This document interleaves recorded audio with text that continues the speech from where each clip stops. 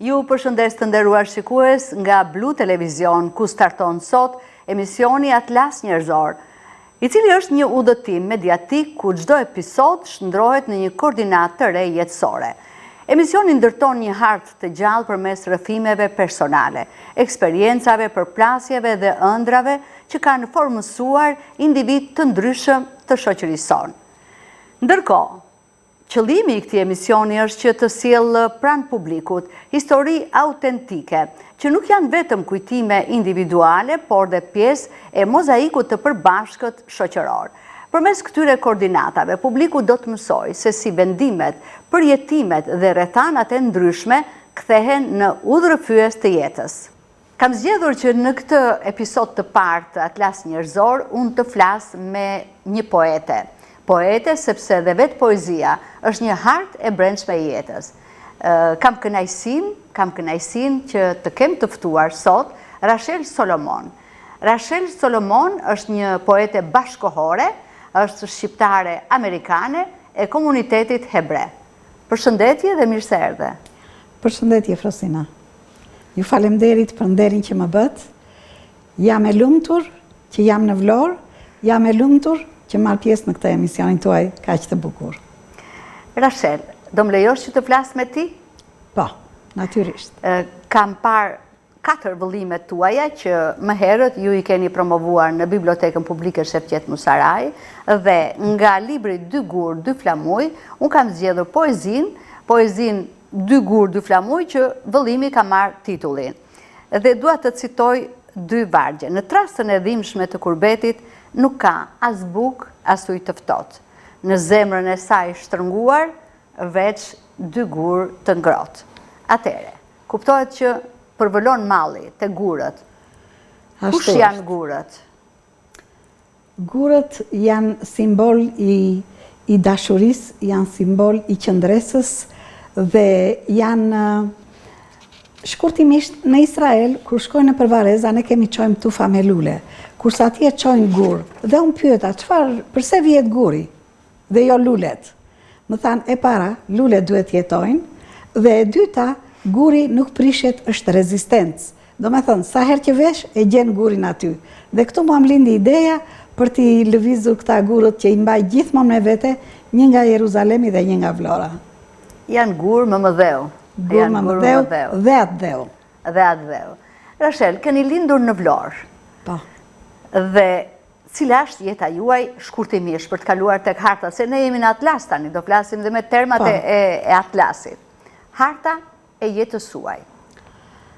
Unë kam lindur në Vlorë, në një komunitet të vogël ebre, dhe natyrisht ne ishim të lidhur, por dashuria me vlonjatët ishte e brez paras brezi. Ne e quanin veten vlonjatë. Kështu e quante para arsim Josef Kantozi, kështu e quajti babaim.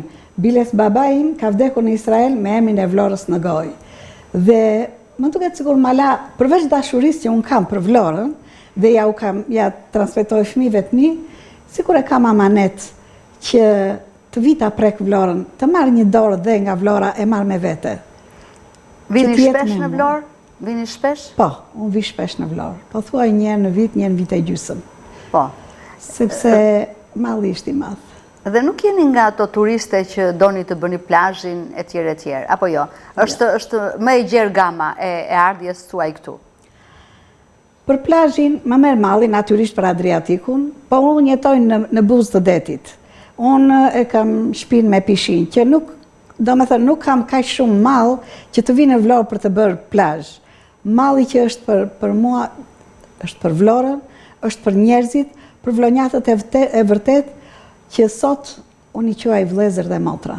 Po, më bëri përshtypje se edhe kur ju bët promovimin, ju thatë që ne nuk jemi shok dhe shoqe, por unë të gjithve ju kam vëllezër dhe motra. Dhe është një gjë shumë e bukur, shumë e ndjerë kjo gjëja. Megjithatë, ardhja në këtë 2025, cili që, në me thënë, misioni? Në fakt, përveç dashurisë së Vlorës, mua Vlora ma ka shpërblyer po me dashuri. Unë jam vlerësuar disa herë, kam marrë ambasadore paqes, jam vlerësuar poet e vitit nga gazetari Muj Bujq Papaj. Nga Bashkia e Vlorës? Nga Bashkia e Vlorës mora këtë të fundit, këtu duhet të dilja, dhe nuk erdha për arsye se për mua ishte një prisja dhe isha përgatitur për një ditë çka më të madhe, që është lufta e Vlorës, që na bashkon të gjithëve, që tregon historinë e familjeve tona, trimërinë e popullit vlonjat, dhe nuk mund të rish pa marrë pjesë të ndajmë gëzimet me vëllezërit dhe motrat në raste të tilla.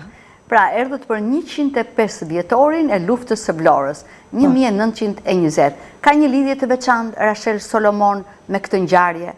Po. Me këtë ngjarje ka një lidhje shumë të fortë, sepse siç dihet, në 1912 Beu Ismail Qemali ngriti flamurin në Vlorë dhe në kremtimin e kësaj ngritjes së flamurit, në tribun ishin ftuar gjithashtu edhe prift, edhe hoxh, edhe mosheja që ishte rab në sinagogën në Vlorë dhe ishte babai i Josef Kantozit. Domethënë i bie stërgjyshi im. Dhe Josef Kantozi aty u lidh thellë, aty ai ka një akt të fortë dhe të madh, sepse ai shpëtoi Ismail Qemalin nga reprezelia. Grekët i thanë priftit ortodoks, siç bët inaugurimin e flamurit, bëj gati vajin, ta vajosim siç i kanë këta ortodoksët për Ismail Qemalin. Dhe Josef Kantozi dinte greqisht, se ne hebrejt të gjithë janë të ardhur nga Janina dhe din greqisht, dhe lidhet me Abdurrahman Qirakun, me trimin Abdurrahman Qirakun dhe me Xhuvelin, dhe i thotë që gjendja është e rëndë. Atëre e marrin Ismail Qemalin me fugon dhe e çojnë në shtëpinë e gjyshes time, dhe gjyshja ime ka dhënë kafen e parë, sepse ai ishte i lodhur nga gjitha ajo rrugë dhe emocione. Dhe më pas Josef Kantozi mori pjesë në luftë me armë, shpirtërisht, me ndihma monetare, dhe ishte një ndërpërkrasit kryesor të Ismail Qemalit. Dhe vazhdoi deri në luftën e Vlorës.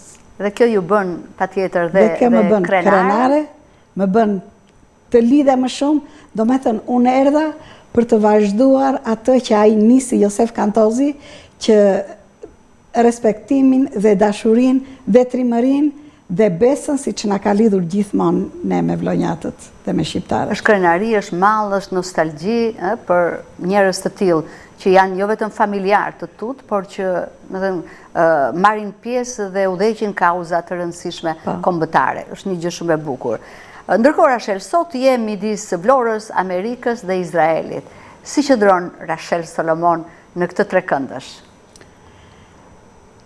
Trekëndshi është aq sa i bukur, është aq sa i mallshëm, dhe shpesh unë jam e përlotur prej mallit. Dhe si që kam shkruar dhe në poezi, kur jam në Jeruzalem, më merr malli për Vlorën. Kur jam në Vlorë, më merr malli për Jeruzalemin. Kur jam në Amerikë, më merr malli për të dyja. Kështu që unë bëj një lidhje shpirtërore dhe fizike shpesh, prandaj vi dhe një në vit, sepse vi në Vlorë, vete në Jeruzalem dhe kthehem në Amerikë. Domethënë nuk e mendoj dot jetën pa këtë trekëndësh. Dhe mbetemi prap tek jeta për të nisur më pas pra fillesat e asaj që më bon juve ju bën një poete dhe një poete bashkohore sot, Rachel Solomon. Cilat janë fillimet e para? Vargjet e para i ke shkruar në fletore apo i ke shkruar në një, të themi, në një mbrëmje të vetmuar? Ato nuancat e para të shkrimeve kanë qenë mbrëmjeve kur kam qenë e vetmuar. Por ishin nuanca, si të thuash, të moshës adoleshence, që atëre në kohën tonë edhe nuk mund të flisje hapur për ndjenjat, për dëshirat. Kështu që ato ngelen thjesht në fletore. Dhe ne kur ikëm nga Shqipëria, kemi ikur po thuaj me robat e trupit, dhe ato ishin gjë e fundit që mund të më binte ndërmend Timeria, sepse kisha shumë për të marrë. Cilat kanë qenë çastet kur poezia e jote u bë mjet rezistence, apo ishte më tepër një arratisje shpirtërore?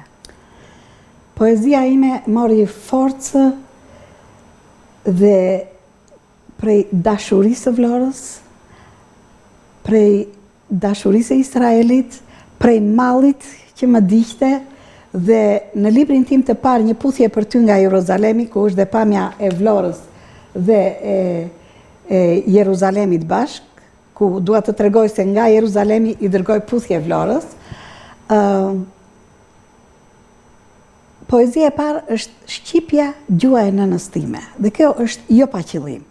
Sepse në familjen e nënës time flitesh italisht. Gjusha e saj kishte ardhur nga Italia. Në familjen e babait tim flitet greqisht, si të ardhur, deri më sot flitet greqisht. Dhe duke u lidhur ky çift, mama ime nuk dinte greqisht, baba im nuk dinte italisht, dhe kështu filloi, domethënë, të bëhet gjuhë e shtëpisë, e familjes, Shqipja. Prandaj unë i them që Shqipja, gjua e nënës time. Sepse atë gjuhë njoha unë të parën, si thonë, kush është gjua e nënës. Shumë e bukur. Edhe pse nëna ishte e Perzier, fliste italisht. Kur shkonte tek prindi fliste italisht. Ai babai shkon ne ngeleshim kështu se ne dinim vetëm shqip. Edhe mua m'bjen mirë se origjina e profesionit tim është mësuese gjuhe, kështu që ku ka më bukur se sa gjuha shqipe. A ka Rachel Solomon një poet që ka ndikuar, që e ka cytur atë në këto drejtimet letrare që ajo shkruan? Në fakt, unë jam rritur në krahët e Fatos Arapit, që sepse ne kemi jetuar përballë dhe kemi pasur dhe lidhje. Dhe më ka bërë përshtypje ajo shkrimet e tia, dashuria e tia. I kam dëgjuar poezitë e tij kur kam qenë fëmijë. Ai ishte shok i ngushtë me Milto Shukën, që është djali i Dajos. Po, ai ishte djali i Dajos i mamas tim, dhe ne hynim e dilnim shumë.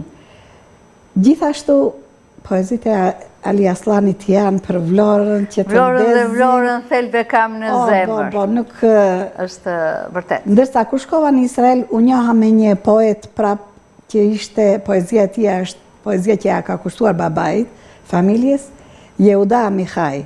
Pra ky është trekëndçi që unë jam mbështetur, që më kanë frymëzuar për të nxjerrë këto vëllime me poezi. Shumë bukur.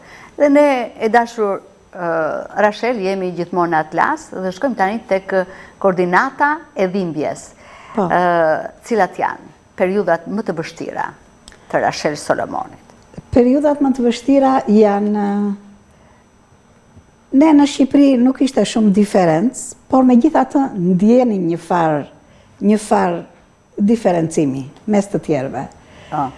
Por kur shkova në Izrael, unë isha e para që shkova me 3 fëmijë në Izrael, atje gjitha një ambient tjetër. Për shembull në Vlorë ne ishim qifut. Herë e thoshin nga dashuria dhe herë përdoresh për përbuzje. Që kjo mua një çik më rëndonte. Dhe që kur i kam qenë fëmijë, dhe njëherë kur fillova të rritem e pyes babain, çfarë do të thënë qifut? Nuk e dija çfarë ishte. Atëherë tha babai, erdhi koha që të tregoj të të shpjegoj diçka nga jeta jonë, thot. Ne jemi ebrej, thot. Por, thot, ne jemi bitë e Zotit. Si them unë sot, ne të gjithë jemi të bitë e Adamit dhe të Evës. Kudo që të shkojmë, jemi tanët. Thot, kjo është jeta jonë. Por kur shkova në Izrael, ishte një tjetër jetë. Atje njerëzit më rrugë më thoshin, shqyqy që u ktheve në shtëpinë tënde. Dhe kjo më mallëngjente. Nuk isha më qifut, por isha një si të gjithë. Nga Izraeli, unë shkova në Amerikë. Amerika është e hapur për të gjithë, miserdhe, është zëmër madhe, e ftohtë. Jo klima, se unë jetoj në Florida. Që është diell. Është diell, 12 muaj viti, po njerëzit janë të ftohtë, pa ndjenja. Dhe kjo më bëri më shumë për të kthyer atë, duke kërkuar dashurinë mes njerëzve, e gjeta vetëm në Vlorë dhe në Izrael. E megjithatë themi që poezinë e kishte një busull shpirtërore. Po. Për t'i kaluar këto situata të vështira. Natyrisht. Po. Dhe shkojmë te koordinata e dritës, cilat janë momentet që shenjuan Rachel Solomonin si poete. Pra, kur filloi botimi i librave, pra tani ishe një profesioniste në fushën e letërsisë. Si që të thash, ishte ajo dashuria për gjuhën që nuk desha ta humbas. Ishte dashuria për gjuhën ebreje që për 2 vjet e kishim humbur dhe nuk desha ta humbas. Pra, këto të dyja mua më nxiten për të shkruar për gjuhën e hebraishte dhe për gjuhën shqipe. Ishte dashuria për familjen dhe ishte një moment i vështirë që për fat të keq unë kam një hall e lindur në Vlorë, por siç dihet që ajo u martua në Greqi, në Janin, dhe së bashku me familjen e saj, ajo humbi jetën në kampet e përqendrimit.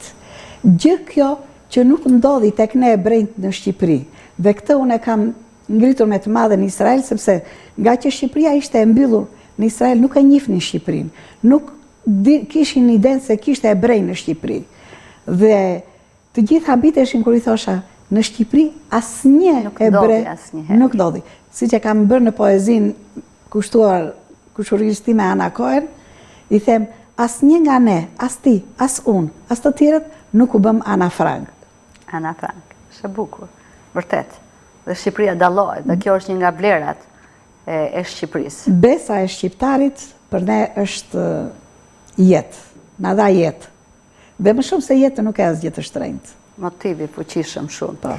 Ndërkohë që ne, nëse flasim për koordinatat e ardhshme, të themi cilat janë ëndrat nëftësirtar të Solomonit, me gjithmonë në fushën e krimtarisë. Pra, cilat janë ato librat me poezi, në prozë, ke tentuar me prozën apo jo? Kam filluar sepse e kam në plan për të nxjerrë libër.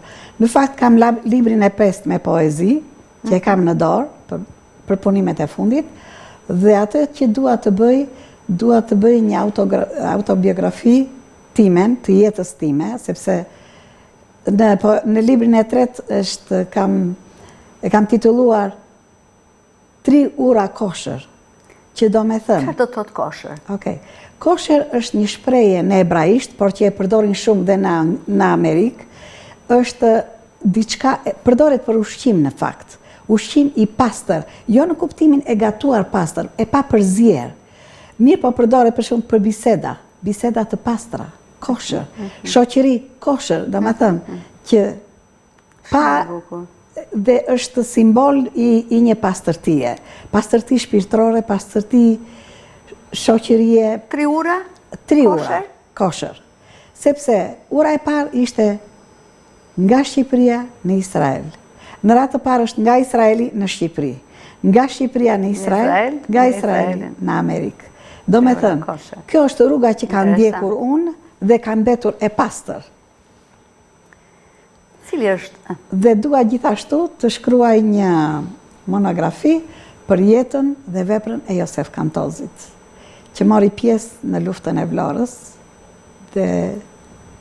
Ka dokumenta i ke, do më thënë, ka në shtetin ton apo në shtetin izraelit, ka dokumenta për Josef Kantozin? Ne na intereson kjo pjesa jonë këtu, pjesa e vitit 1912. Është e dokumentuar se do të duhet të hulumtosh? Apo vetëm nga të dhënat e familjarve? Në Izrael nuk ka asë një të dhënë. Sepse, si që të thash... E ka kryer këtu aktivitetin? Jo vetëm atë, nuk kanë qenë në kontakt, kështu që mbeti, e para. E dyta, kurse këtu ka shumë. Këtu ka shumë sepse në ratë të parë, Josefi aktivitetin e ka kryer me shokët e tij vlonjat.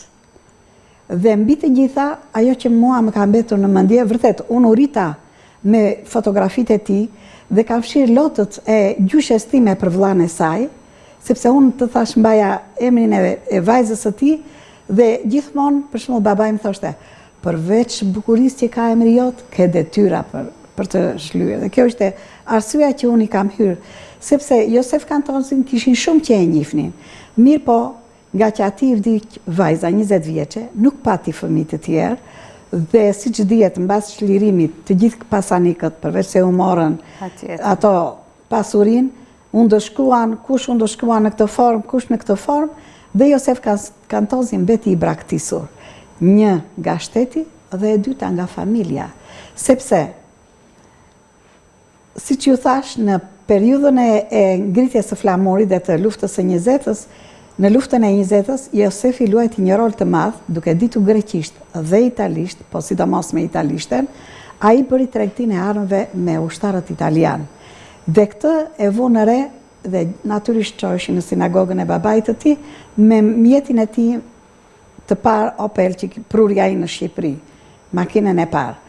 Dhe kjo u vure nga Kisha Katolike për lëvizjet e Josef Kantozit, dhe kjo ishte arsyeja që hodhën në erë makinën me gjithë sinagogën. Dhe ky akt u pa me sy jo të mirë nga ebrejt e Vlorës. Jo për makinën, sepse makinën ai e kishte personale, por sepse në sinagogë ruhej një libër i shenjtë i Toras që kemi ne, ku libri i shenjtë i Toras, pse quhet i shenjtë? Sepse në atë libër përshkruhen dhe ruhen gjithë historia e popullit ebre para 5000 vjetësh. Dhe që të digjet dhe të zhduket një libër i tillë është më shumë se çdo thesar për ebrejt. Kështu që dhe familja dhe komuniteti ati mbajtën qendrim të rëndë. Ndërsa unë, me që isha arritur në fotografitë e tia, e ngrita zërin, mirë po shpesh edhe ngatëruan në fotografi, sepse nuk e njinte njeri në Vlorë. I vetmi që e njinte në Vlorë ishte Egon Velaj, nipi i trimit Abdurrahman Çiraku. Unë jam rritur me Abdurrahman Çirakun, sepse ne kemi pasur e vazhduam mejsin të ngusht me ta dhe me fëmijët e tij, me Sanien, me Dritën, me Teftën dhe me Elvedinën. Dhe kjo ishte arsye, dhe Josef Kantozi ishte arsyeja që ne e ruajtëm të miqësi në vite. Dhe Egon Velaj, nga Jema Çiraku, i dinte të gjithë historinë dhe njinte Josef Kantozin, dhe ai nuk njinte gjyshin e tij. Dhe kjo ishte provë e madhe për mua në Vlorë që më mbështeti. Mirënjohje dhe respekti. Respekt të pafund. Dhe ato fotografi që kisha unë, i kishte edhe ai në shtëpinë e tij. Dhe kështu u bëm bashk në këtë, për të sqaruar se kush ishte Josef Kantozi. Dhe ajo që mora vesh në këtë radhë që erdha, bëm një takim të ngrohtë me profesor Bardosh Gaçen, i cili, siç e di, është një libër me histori më vete, është enciklopedist i madh, dhe më shpjegoi se kishte ndeshur në një dokument shumë të rëndësishëm, sepse kur u bë mbledhja që do dërgoheshin delegatët nga Vlora, në mes tyre ishin edhe u vendos që nga Vlora do venin 34 delegat për flamurin o për luftën, nuk më kujtohet. Në çfarë viti? Rreth vitit 12-20. Pas shpalljes së pavarësisë. Po. Dhe ishin 34 burra që do merrnin pjesë në këtë kuvend.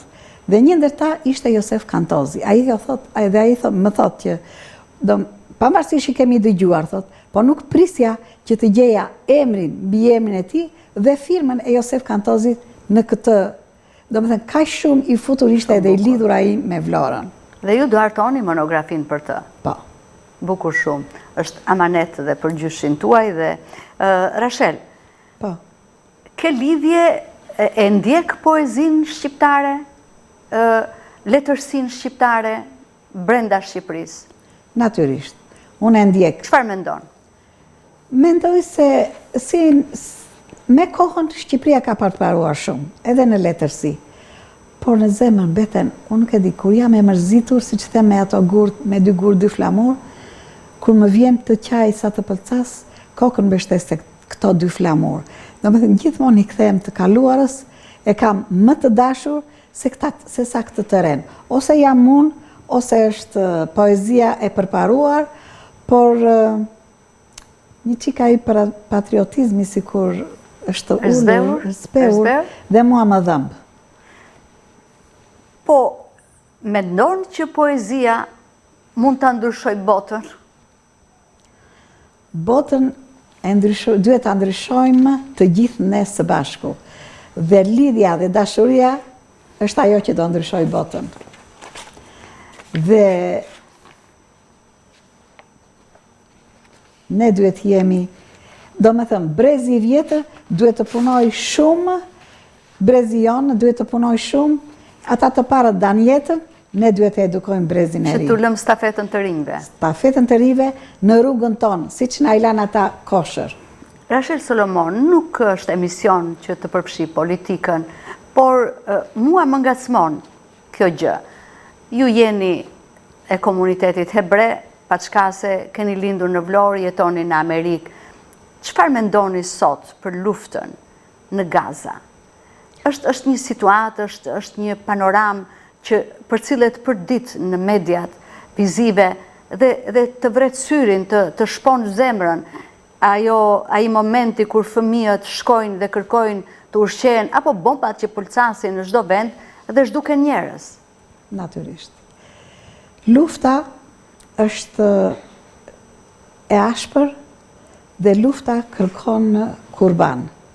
Nga të gjitha anët janë djemë nënash që vriten. Por, ajo që ndodhi në Izrael në 7 tetor të 2023-shit ishte një akt. Izraeli nuk flet shumë për ato momente, sepse janë të dhimbshme dhe ka momente që janë më të dhimbshme se ato të Holokaustit, me ato që u bën. Dhe përveç asaj, ata akoma mbajnë në tunelet e Hamasit, që janë brenda në Gaza, mes popullit arab, që jetojnë në Gaza, 50 të rinj të moshuar gra bura. Që Izraeli thot, kthem njerëzit e mi dhe mbaron lufta. E para, e dyta, të gjitha shpesh thuhet që vriten fëmijët apo vriten nëpër spitale. Izraeli është një shtet i përparuar, siç dihet. Dhe gjithmonë nga vinë bombat, ata marrin koordinatat. Dhe sipas koordinatave i kthejnë bombat. Dhe bombat shkojnë nëpër shkolla. Do me thënë, ata i Izraeli nuk e përdorin... di se ato janë shkolla. Nuk e di. Dhe ata përdorin fëmijët si mbrojtje për veten e tyre. Të gjitha ndimat, bota ka dërguar ndima, ata marrin ujë nga Izraeli, ata marrin korrent nga Izraeli, ata punojnë Izrael, ata nuk kanë paranë e tyre. U bën bisedimet e paqes me Arafatin dhe me Rabin, kur ishte atëherë president, për të ndërtuar shtetin e Palestinës. Shumë shpejt ajo kanë evoluar ngjarjet, janë ngjarjet ata nuk deshën. të vështira. Dhe unë dua ta përfundoj këtë me shprehjen e Golda Meir, që thot, do të ketë paqe në lindjen e mesme, kur arabët të duan fëmijët e tyre më shumë se sa na urrejnë ne. Kur një nën fut bomba në trupin e fëmisë së saj dhe nis në Izrael në autobus për të plasur të vrarë sa më shumë, është një dhimbshme. Unë jam dakord, është shumë e dhimbshme pamjet që shikojmë. Vështirë, në 2025-ën. Në 2025-ën. Luftë. Por janë gjëra që gazetat dhe lajmet nuk i tregojnë. Se thonë, moneda ka 2 fytyra. Atje flitet vetëm për një monedë. Se sa bomba hidhe në Izrael dhe fëmijët rriten nëpër bunkere, është një jetë shumë e vështirë. Të shpresojmë që të përshpejtohen proceset drejt paqes. Dhe këtu ne kemi mbritur në fund të këtyre çështjeve të koordinatave dhe unë tani kam 5 situata të themi, thënie për jetën. Një koment nga Rachel Solomon. Dhe e para është, besnikëri apo respekt? Çfarë thot Rachel? Besnikëri. Pa besnikëri nuk mund të ketë respekt. Për mua. Sepse besnikëria i përfshin të gjitha dashurin, respektin, si që tham, besa ishte ajo që na mbrojti ne, që na përkrau ne, pra besnikëria është, për mua, është mbi të gjitha. Po, që duhet të futet, ndërkallet dhe dashuria.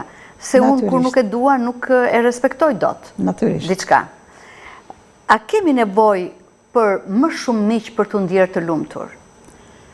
Unë them se kemi nevojë për cilësi miq të mirë, të dashur, që na bashkojnë të gjitha idetë, që jemi të pastër midis nesh dhe midis kombit dhe midis njëri tjetrit.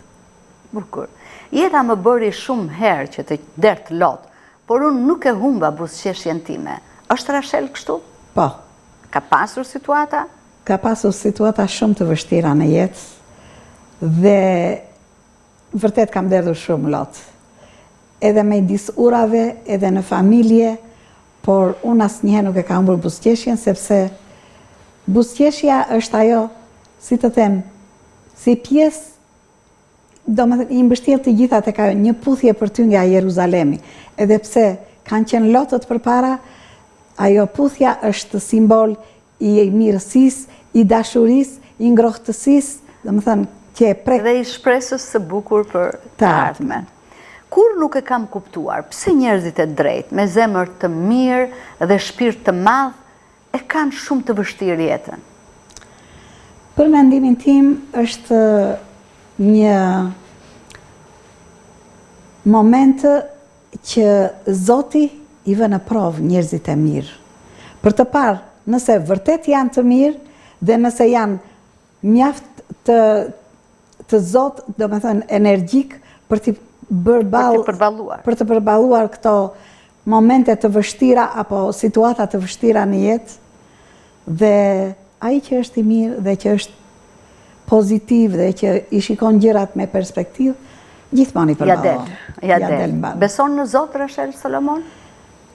Të them të vërtetën, ne jemi rritur pa Zotin. Dhe ku shkova në Izrael, në Shqipëri, ku shkova në Izrael, janë shumë fetar dhe janë të lidhur me Zotin. Unë them se jam midis tyre, por kur ka momente të vështira, i drejtohesh. Gjithmonë është momenti më i fortë që unë e besoj dhe që i lutem. E thashtu sepse kam diçka më poshtë. Pavarësisht se çfarë ndodh me ty, nuk ka mbaruar akoma. Nuk ka asgjë që përfundon. Për aq kohë sa Zoti të zgjon në mëngjes. Tregon se ai nuk të ka rënë pas dore. E nëse ai të zgjon ty, kjo do të thotë që ke një mundësi për t'u rregulluar, për ta rregulluar atë gjë që nuk ka ecur. Besojmë te kjo. Shumë. Bashk apo jo? Po. Në ratë të parë, Zoti të zgjon në mëngjes dhe së bashku me zgjimin në mëngjes them unë, të hap dyert për një ditë të re, për atë që ndoshta dije se ke bërë, ta bësh sot, ke dhe një çancë për të rregulluar veten, siç thoshim, ta shikosh veten në pasqyrë dhe për të vazhduar jetën dhe detyrat që Zoti të kanë ngarkuar. Ishte bukur, Rachel Solomon, që unë të flisja me ty. Faleminderit. Kënaqësi dhe të falenderoj nga zemra. Të falenderoj nga zemra që u bëre pjesë e këtij episodi të parë të këtij emisioni që starton në Blu Televizion, por dhe për atë çfarë thua për Vlorën, për atë çfarë thua për vendin ton, për vendin tim ti personalizoj gjërat, se jemi pak emotiv ne. Dhe ishte Rachel Solomon, të nderuar shikues, në këtë episod të emisionit tim të parë në Blu Televizion, Atlas Njerëzor. Fjala e Rachel Solomonit tregoi dhe njerë që fjala është koordinata më e fuqishme e njeriut, sepse poeti mes fjalës, nëpërmjet fjalës, ngre urat e miqësisë ndaj atyre të urrejtjes, ngre urat e shpresës ndaj mosbesimit. Faleminderit që na ndoqët. Bashkë mirupafshim në emisionin e radhës. Mirupafshim dhe i faleminderit.